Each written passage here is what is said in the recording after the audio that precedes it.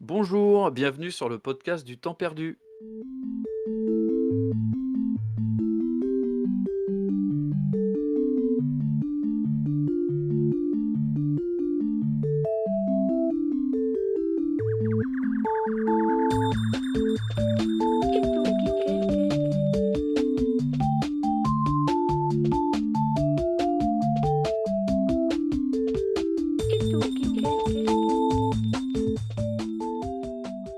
Bonjour Ducky Duck, comment ça va? Bah, ça va, Orchidée, et toi? Ouais, très bien. Alors aujourd'hui, on se voit pour parler d'un jeu indépendant qui s'appelle Carrion en français, Ouais, Carrion en Carry américain On pour peut-être, nos amis Carrion d'outre-Manche.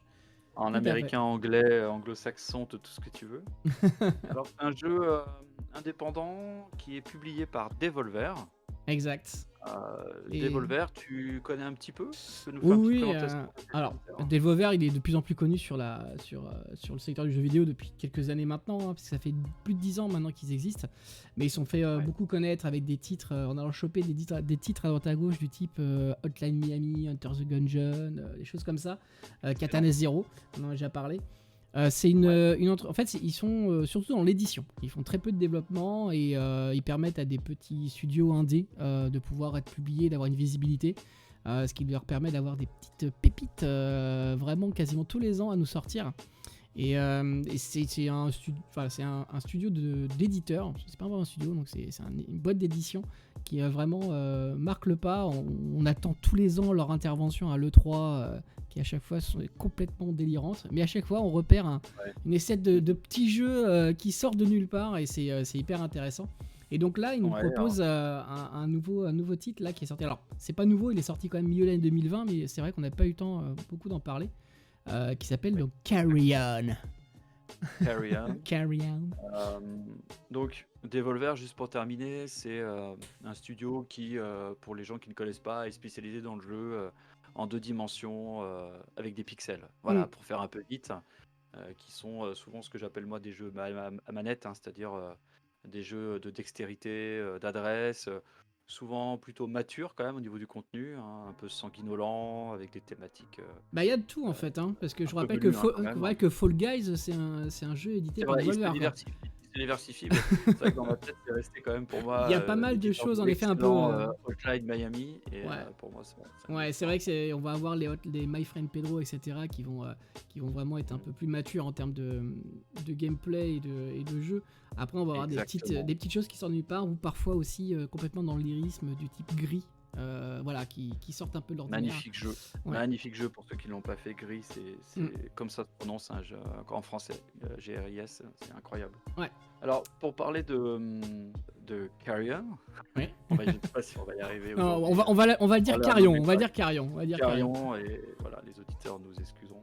Heu, donc c'est toi, on va inverser un petit peu, c'est toi qui vas présenter. En tout cas, avant d'inverser, les rôles, tout de suite, une présentation, sonore de Carrion.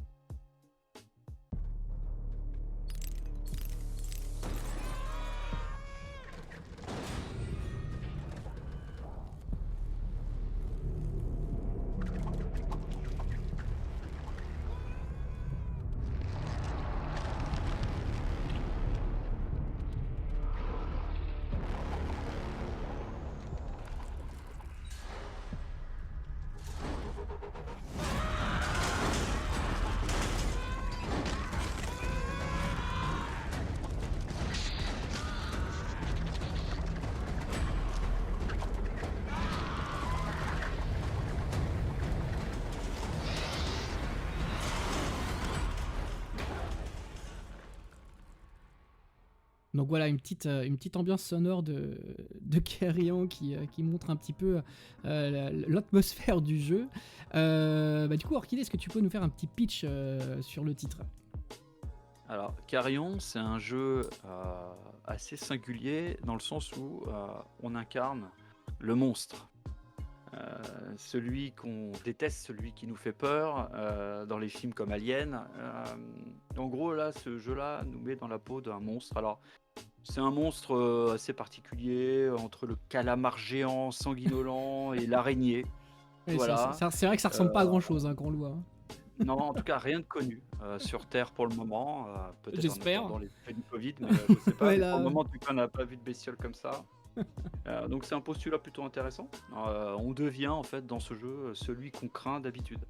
Mm. Alors l'ambiance c'est pareil, à l'avenant une ambiance très SF, que ce soit dans les visuels. On évolue dans une sorte de complexe militaro-industriel, je sais pas trop quoi, avec plusieurs salles, plusieurs ambiances bien sûr. Et une musique très SF, space opéra, alienesque. Enfin voilà, on est dans ces teintes-là entre la musique de film d'horreur, le film de suspense et le film de science-fiction. Très bonne OST d'ailleurs, hein, que vous pouvez trouver sur Bandcamp, j'insiste. Elle est très très bien. Donc, qu'est-ce qu'on y fait? En fait, on est cette espèce de calamar qui déambule en fait dans un gros complexe. Ce complexe en fait fait office de terrain de jeu. C'est notre carte en fait. C'est la carte où on va évoluer, où on va découvrir des zones, où on va se réfugier, où on va découvrir de nouvelles, où on va manger les gens. Parce qu'en fait, quand même, le but de ce jeu, soyons clairs, c'est quand même, pour une fois, c'est de manger les gens, Ah ouais, manger alors les humains. si vous êtes vegan, c'est pas le jeu pour vous, hein, je vous le dis tout de suite, hein. Non, c'est Ça non, transpire non, la non. viande, le sang et, Oui, le et sang, etc. Alors, c'est tout en pixel art, donc c'est bien fait. Mm. Mais voilà, on déambule dans les canalisations, les trous de souris, etc., etc. Et le but, donc, alors, l'objectif, c'est de découvrir des zones, hein, on va pas se cacher, on va pas dévoiler non plus un script quand même qui tient sur une feuille de papier. Le but, en gros, c'est de découvrir des zones avec des différentes manières de le faire, en gros, en créant des essaims, etc., etc. Oui, parce que Alors, c'est un de, jeu en de- deux de- dimensions. de mémoire, on commence, en fait, on est prisonnier dans ce complexe et le but Oui. c'est de s'échapper, quoi, ou d'en prendre le contrôle, du moins. On sait pas trop. En fait, au Ouais. final, on évolue dedans. Le jeu, en fait, est assez malin et nous montre assez rapidement ce qu'on doit faire, même si on n'a pas véritablement, on n'a aucune indication écrite, hein, mais on comprend très vite hein, qu'on doit débloquer telle zone, qu'ensuite, voilà, on doit, en gros, contaminer. C'est un peu le mot, je crois, Oui, qui est utilisé. c'est ça, ouais. On doit contaminer des zones pour débloquer des passages. Et en fait, on évolue comme ça dans ce jeu en deux dimensions, avec vue sur le côté, hein, et moi, ce que j'aime beaucoup, en dehors même du pixel art, que je trouve plutôt chiadé dans certains passages, c'est la physique du monstre qui est absolument géniale. Enfin, moi, j'adore. Ces tentacules, ces pattes, on sait pas trop, c'est entre les deux, qui se collent au sol et lui permettent en fait d'évoluer dans les tuyaux, dans les salles, etc. Alors, cette physique, elle permet aussi au monstre d'accrocher. Elle lui permet de lancer des objets. Elle lui permet de manger des gens, de se déplacer plus ou moins vite. Et en fait, c'est une physique assez rigolote, puisqu'en fait, on joue donc avec essentiellement pour le déplacement les deux sticks, hein. Un stick pour se déplacer et un stick pour jouer des tentacules, pour accrocher les portes, attraper les gens, etc., etc. Le jeu, en fait, propose au fur et à mesure de débloquer des compétences. Et c'est là où on va rentrer en fait sur le modèle un peu du Metroidvania. C'est-à-dire, je gagne des compétences, je gagne des pouvoirs, pour dire un peu vite. Et ces pouvoirs vont me permettre de débloquer des zones supplémentaires. Des zones parfois qu'on a déjà croisées, hein. Mhm. En fait, le jeu va nous inciter à refaire un petit aller-retour sur une zone déjà traversée. Alors c'est assez rare quand même pour le coup. J'ai pas vu moi de grands allers-retours interminables. Donc voilà. Et ces compétences vont nous permettre donc d'évoluer, en fait, de libérer des passages qui n'étaient pas possibles avant. Alors ça passe par quoi? Ça passe par des capacités physiques. Le monstre va devenir plus puissant.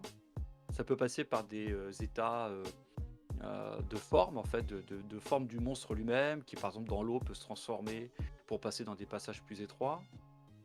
Donc il y a plusieurs cas de figure. Et en fait, ce qui se passe aussi, et c'est là où c'est très malin, je trouve, c'est que oui, on débloque ses compétences au fur et à mesure, mais ces compétences sont attribuées à différents états du monstre. C'est-à-dire que le monstre, en fait, va avoir plusieurs tailles, en gros deux, hein, pour dire les choses, deux grandes tailles. Et en fonction de la taille qu'il fait, des pouvoirs vont être associés à cette taille. Donc en fait, ce qui est assez malin, c'est que parfois, on va avoir besoin on est devenu énorme à force de manger les gens. Très, très, très gros, oui, je confirme. Ouais, Très très très gros, si bien que même des fois on est un peu impotent. Le monstre a du mal en fait à se cacher, même à se cacher Mm. des hommes et donc des tirs. On va pas On va pas faire masque de ce qui se passe. On a des humains qui veulent se défendre et nous tirent dessus. Mm. Et en fait, on va devoir par endroit réduire sa taille ou parfois l'augmenter. Donc on va la réduire comment? Soit en se faisant tirer dessus, par exemple, en prenant des dégâts, ou pour augmenter, il va falloir manger les gens. Parce que plus on mange, plus on est gros. Hein. C'est La ça. vie, c'est comme ça. Ou Voilà. récupérer la Et masse qu'on a laissée de côté. C'est ça qui est voilà, intéressant. justement. Et pour réduire donc le monstre, soit on prend des dégâts, soit en fait on peut abandonner une partie de son corps en fait dans des bassins réservés qui nous permettent ensuite de passer et pourquoi pas de récupérer ensuite cette masse pour progresser ensuite. Mm. Donc en fait il y a tout un jeu entre la carte, les niveaux à développer et les capacités du monstre. Moi, je sais pas ce que tu en as pensé toi, mais moi j'ai trouvé ça plutôt malin. Ouais, c'est. En fait, tout le concept du jeu est là, c'est le gameplay, c'est une gestion en fait plutôt de sa forme. Alors, le véritable Ouais.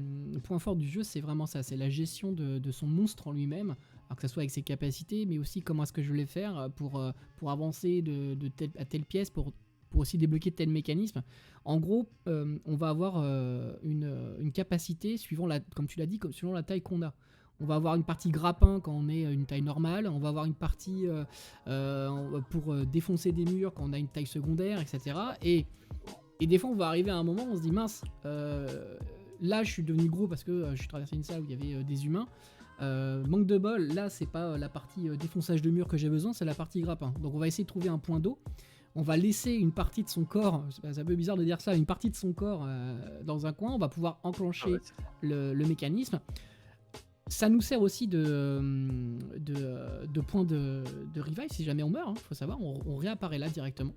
Et du coup, on va pouvoir reprendre cette forme-là pour ensuite avancer si on veut récupérer l'intégralité. Il y a un jeu aussi au niveau de la vie. On va avoir des moments dans le jeu où on va être mis sous pression par certains éléments de type robot ou bien aussi humain armé. Et on va avoir un espèce de point de checkpoint qui est généralement juste à côté. Ce qui permet en fait de faire des allers-retours très rapidement. C'est-à-dire qu'on perd très rapidement de la vie dans le jeu. C'est pas parce que c'est un roguelite, hein. Attention, le jeu n'est pas très dur, on est quand même un peu fragile, mais le fait qu'on puisse faire des allers-retours comme ça vers le point de checkpoint pour reprendre toute sa vie et revenir comme ça d'assaut, moi je l'ai fait plusieurs fois, ça m'a permis de passer certains plateaux. Ouais, et c'est super smart. et ça rend finalement le jeu plutôt agréable, c'est-à-dire que en fait tous les points d'eau pour changer d'état, de taille, tous les points de sauvegarde où on régénère sa vie, en fait, sont toujours situés très à proximité de la zone où on doit évoluer, on doit faire les actions. Donc en fait, j'ai jamais trouvé une carte punitive. Dans le sens où je me suis pas dit oh là il faut que je retraverse toute la map pendant 10 minutes. Pas du tout. En fait, tout est toujours à proximité. Et ça, c'est un bienfait du jeu. C'est-à-dire que tout est fluide en fait. On a même la possibilité d'avoir un espèce de radar écho qui permet de repérer où est-ce qu'ils sont.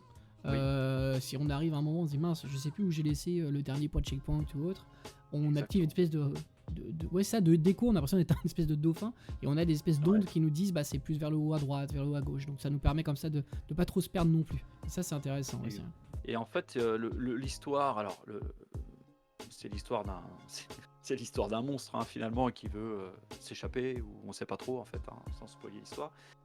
Tout ça est doublé, alors c'est un peu c'est pas les parties les plus passionnantes mais c'est doublé d'un background de storytelling en fait avec une expédition. Des flashbacks sont faits régulièrement dans le jeu et qui viennent en fait agrémenter l'histoire globale pour une meilleure compréhension. Alors j'ai trouvé la carotte un peu facile dans le sens où franchement ces phases là où on incarne cette fois-ci une expédition humaine à l'inverse, je n'ai pas trouvé ça très enrichissant, j'ai pas trouvé ça fou au niveau du gameplay, j'ai trouvé ça très mou, à l'inverse du monstre qui peut se mouvoir partout dans n'importe quel sens très rapidement.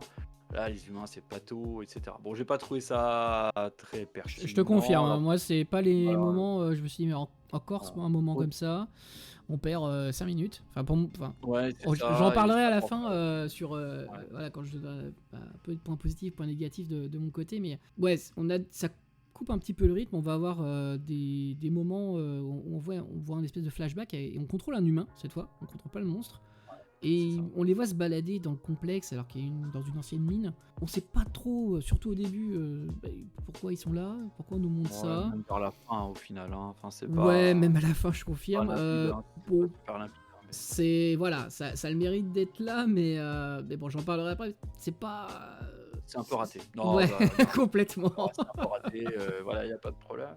Moi, bon, voilà, je pense qu'on a vite, fait un peu le tour, mais moi, je trouve que incarner, ce monstre, c'est original. Je trouve les déplacements et la physique du personnage qui sont absolument géniales, quoi. Enfin, je pense que c'est bah, pour moi, c'est, l'intérêt du jeu, c'est la physique du perso, quoi. Je trouve ça génial, se Mmh. mouvoir comme une espèce de calamar, dans toutes les pièces et cetera, prendre par surprise et cetera. Alors le jeu n'est pas difficile, il y a quelques ennemis un peu retors, mais une fois que vous avez compris comment les attraper et les manger, parce que ça se finit toujours comme Ouais, ça. quel plaisir Quoique de secouer j'ai leur remarqué corps comme ça là. C'est un ouais, coup ouais, de c'est dent, hein. une violence en fait, le jeu est d'une violence pas possible, mais comme c'est en mode pixel, ça passe. Alors là, oui, alors les cris d'humains dans vos oreilles, vous en allez avoir des tonnes, hein, je vous le dis. Oui. C'est tout au long Alors du jeu. voilà, si vous avez des enfants autour de la télé, ne pas lancer ce jeu-là, même si, c'est du pixel art et que c'est tout mignon. Ouais, Non. parce que visuellement, il est pas violent. Par contre, il y a des cris, enfin, on sent que Ouais, les ouais, mecs ils souffrent, hein. l'ambiance, Ils sont pas bien. ouais, beh, en fait, on est un peu dans une ambiance à la Dead Space, Ouais, Alien, mais, alors, un gore quoi, avec du mais, du mais, sang. mais inversé, c'est-à-dire que l'angoisse, elle est du côté des humains, quoi. C'est ça qui est Ouais, intéressant. c'est ça. C'est-à-dire que nous, Ouais, on arrive, et la musique d'ailleurs est assez angoissante là-dessus. Comme tu disais, elle est super elle est bien. pas mal de tout, et elle est plutôt angoissante, mais pour une fois, c'est pas nous qui angoissons. On se dit, t'es en train Ouais, de c'est ça. flipper derrière ton petit bureau là, tu vois, un petit peu. Je vais te, je vais te manger par Ouais le haut, tu vas pas comprendre ce qui t'arrive. Et et c'est ça, ouais, c'est ça qui est le plus marrant en fait dans le jeu réel. C'est ouais vraiment, et c'est puis c'est vraiment un assez jeu marrant marrant. parce que, moi ça m'est déjà arrivé, alors pourtant là pareil on parle d'un jeu en 2D, plateforme, typé années 90 mais ça m'est arrivé plusieurs fois de me dire, en jouant de me dire: «Voyons si j'avais été l'humain là» Ah oui, on serait pas bien. ou, ou si j'avais été dans le film qui filmait le truc et tout et c'est vrai que se cacher dans les conduits, ne pas apparaître et cetera. Alors en fait en gros le jeu, fonctionne par énigme, hein, entre guillemets, par puzzle en Ouais, fait, c'est des pour petits trouver une puzzles pour zone. pouvoir avancer de Ouais salle en salle. Ouais. et pareil c'est, non On n'est moi pas j'ai du trouvé tout ça génial. sur un Call of Duty comme on parlait la semaine dernière, hein. C'est pas du tout le Ah même non, pas genre, du hein. tout. Non, non, mais là, on est sur du pur Metroidvania, action, orienté action, mais c'est vraiment chouette. Donc, si vous aimez le genre, en tout cas, moi, il m'a plu d'abord par son ambiance. La technique, je la trouve quasi parfaite. J'ai rien à reprocher au jeu. Voilà, au niveau de l'appareil, de l'accessibilité, j'ai rien noté d'extraordinaire. Bon, des caractères un peu flous, mais bon, même moi qui ai des soucis, ça passait très Mm. bien. Non, une belle surprise. Allez, le défaut pour moi, le côté redondant des situations, c'est-à-dire qu'au bout du 11e, 12e, ou je sais plus, 13e niveau, bon, on fait un peu toujours la même chose, hein. Voilà, mais bon, je sais pas, qu'est-ce que t'en as pensé, toi, au final? Alors, moi, je suis un peu plus. Enfin, le jeu est bien. Attention, j'ai passé un bon moment. Le jeu se finit à peu près. Alors, si vous le tracez, c'est-à-dire que vous ne faites pas de 100%, hein, si vous le faites one shot, il se finit à peu près en 4 heures. Moi, j'ai mis 4h12. Je viens de retrouver D'accord, ouais. exactement mon timing de jeu. 4h12. Donc, vous voyez, j'ai été regarder un petit peu. Si vous voulez faire le 100% avec des trucs un peu cachés à droite à gauche, on va plutôt être sur 6 à 7 heures. Donc, c'est pas un jeu très long. C'est un jeu qu'on peut reprendre au fur et à mesure, il n'y a pas besoin de le faire d'une traite, on ne loue pas une trappe scénaristique, c'est pas un jeu à ambiance non plus directement, donc on peut très bien s'arrêter un petit peu et reprendre plus tard, c'est pas ça le problème. Oui, complètement. Moi j'ai vraiment eu du plaisir à traverser les niveaux et je vis le côté de dévorer les humains de base ou même les militaires et de les secouer en l'air comme ça. Ouais, je trouvais ça vraiment Sadique, sympa. L'animation est absolument géniale. Le la sound vengeance. design Ah, les aussi, ouais. Le sound ouais. design est absolument incroyable. C'est une aventure qui se joue sans grosse difficulté non plus, donc ça fait plaisir. C'est-à-dire Oui, on peut y aller confiant la plupart du temps. Alors, c'est pas forcément. Enfin, moi, j'ai pas trouvé que c'était forcément le cas tout le temps, mais on peut y aller assez confiant et se dire que on va passer quand même un bon moment sans s'arracher les cheveux sur certaines parties. Après, là où je suis un peu plus négatif, si on peut dire négatif, mais un peu plus en ouais, recul, c'est que parfois, voilà, c'est un jeu qui se veut, on est très guidé. On a le chemin qui est montré, on arrive forcément dans une pièce où il y a le pouvoir ou la compétence qui va nous permettre d'avancer. on va avoir des moments où on nous dit bah, il faut passer par ce tuyau là parce que de toute façon le tuyau ne peut pas être pris dans les deux sens. Donc on sait qu'on va devoir faire le Ouais, tour. c'est vrai. Et d'un seul coup, on est complètement lâché. Je reprends l'exemple des passages de flashback avec les humains. On sait pas ce qu'on fait là. On traverse parfois l'espèce de minimap pendant 10 minutes en disant bah qu'est-ce que je dois faire, qu'est-ce que je dois faire. Puis un coup en s'approchant d'un mur, ah bah il y a une touche qui apparaît, il faut mettre un petit explosif. Ouais, On a l'impression d'avoir perdu 10 minutes quoi. Et ça c'est dommage. Et pareil pour les militaires, parce que bon, on a des espèces de, je pense, des scientifiques, je sais pas, mais des humains de base qui eux sont juste là pour vous faire grossir. Hein. C'est un peu comme si on avait laissé des cœurs dans Zelda. Hein. Voilà, c'est ça. Non, c'est les zombies dans les Left 4 Dead. Ouais, Ouais, ils sont ouais, sauf qu'ils te font des dégâts. Eux, ils sont là, ils courent et ils crient quoi. Tu vois, c'est juste ça. Et puis, ouais, on a ce coup, on va arriver dans une salle. On se dit tiens, il y a un humain. Bon, on y va. Ouais. Et là, en fait, on découvre que c'est un mec armé. Donc déjà, bon. Il est armé, pourquoi pas, mais surtout, par exemple, qu'il a un bouclier qui vous empêche de l'attaquer en front, quoi. Directement en front. Et en fait, ça, on n'est pas préparé. On est préparé à chaque fois à utiliser une compétence, à utiliser certains passages, etc. Et ça, en fait, d'un seul coup, on arrive dans une salle et on se dit, ah ouais, mais on me l'avait pas dit, en fait. Donc il y a des espèces de petits pics de difficulté, alors que le jeu n'est pas dur, encore une fois. Hein. Mais il y a des petits pics de difficulté qui font, ouais, mais les mecs, fallait me le dire, quoi. Et ça, donc ça c'est des petites erreurs de game design en fait qui font que ça montre le côté indé vraiment du jeu. Hein. On n'est pas sur un AAA loin de là. Et parfois pareil, le petit moment. Vas-y. Ouais, je vais juste ajouter sur les compétences dont tu parlais à l'instant. Elles sont plutôt rares au début, l'ajout des compétences, et puis ça se bouscule un peu trop à la fin, je trouve. On passe plusieurs niveaux en fait sans qu'il des fois se passe grand chose d'un point de vue ajout de compétences, et puis vers la fin ça se bouscule un peu. Hein. Le jeu en ajoute. Bon, c'est un peu dommage. Pareil, tu parlais d'équilibre de game design. Là, pareil, c'est peut-être que ça méritait peut-être d'être un petit peu plus. Alors, encore une fois, c'est pas, attention, c'est pour être un peu tatillon, etc. Le jeu est bon, mais c'est vrai qu'on va se retrouver d'un seul coup dans une salle. J'en repense à une qui est vers le début du jeu où d'un seul coup on arrive. On nous a pas vraiment expliqué à quoi servait de mettre de la biomasse de côté. C'est-à-dire qu'on arrive, on nous dit pose la biomasse puis débrouille-toi quoi. Ah oui, mais la biomasse c'est pour dire que ça m'enlève une caractéristique et aussi une compétence. Tu vois, c'est ce genre de choses là. Et c'est là que on parle de Metroidvania depuis tout à l'heure. Moi ça m'embête parce que j'ai pas mais moi non mais on l'a déjà vu ailleurs hein. Mais moi pour moi c'est pas un Metroidvania quoi. Un Metroidvania on n'est pas guidé, on est beaucoup moins guidé qu'il ne l'est sur les passages qu'on doit prendre, etc.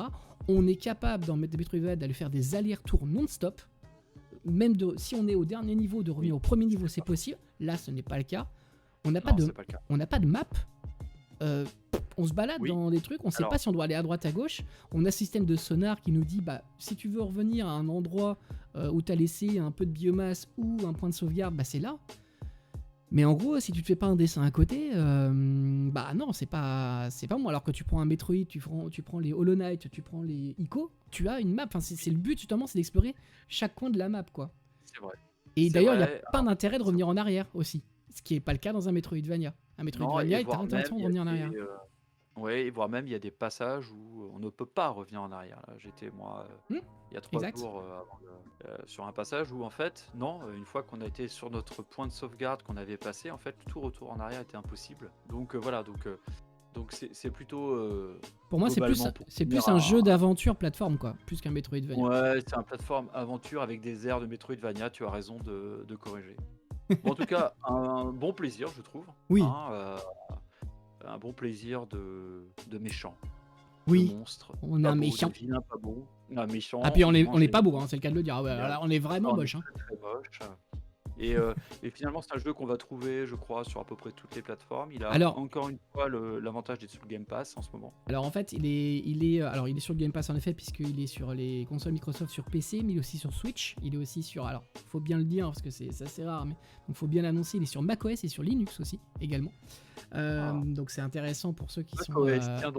Ça c'est le côté studio polonais. Hein. Le studio de développement c'est Phobia Game Studio. Linux, en Pologne ils adorent. Hein. Donc c'est normal. Mais macOS.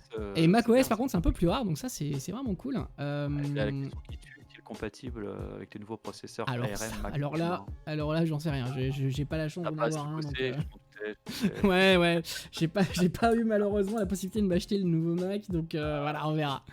Mais bien, c'est une bonne recherche, tiens, je vais regarder, Ouais. ça vaut le coup. Je pense que la Euh, question va se poser à peu près pour tous les jeux Mac qui sortent. c'est ça, Pas si les exactement. jeux Mac qui sortent. Et donc, voilà, il est sorti là le mois de juillet 2020. Il est aussi, faut savoir, il a été nominé 2 fois aux Game Awards en tant que Ouais. meilleur premier jeu, puisque c'est le premier jeu du Phobia Game Studio, mais également en tant Pas que mal. meilleur jeu indé. Alors, il n'a pas gagné sur ces catégories, mais voilà, pour qu'il soit nominé, ça montre quand même qu'il y a quand même une qualité derrière. Après, il faut le prendre comme il est, c'est-à-dire que c'est un petit jeu indé qui vous fait passer un bon moment avec. Ouais, un très bon moment. Au Voilà, global, franchement. faut le prendre au deuxième degré avec de l'humour, quand on secoue les corps avec sa bouche, gna gna gna gna gna gna, voilà, Et ça reste ça. Si vous cherchez un Metroidvania pur, ce n'est pas le cas. Par contre, si vous non, t'as cherchez raison de. si vous cherchez un petit jeu de plateforme un peu qui sort de l'ordinaire, là par contre on est bien dedans et ça va vous faire plaisir, ça c'est clair. Ouais. Eh ben, merci à toi, Doki Doc. Mais merci à toi aussi. Et on se retrouve la semaine prochaine pour de nouvelles aventures. Ah, Salut. salut tout le monde.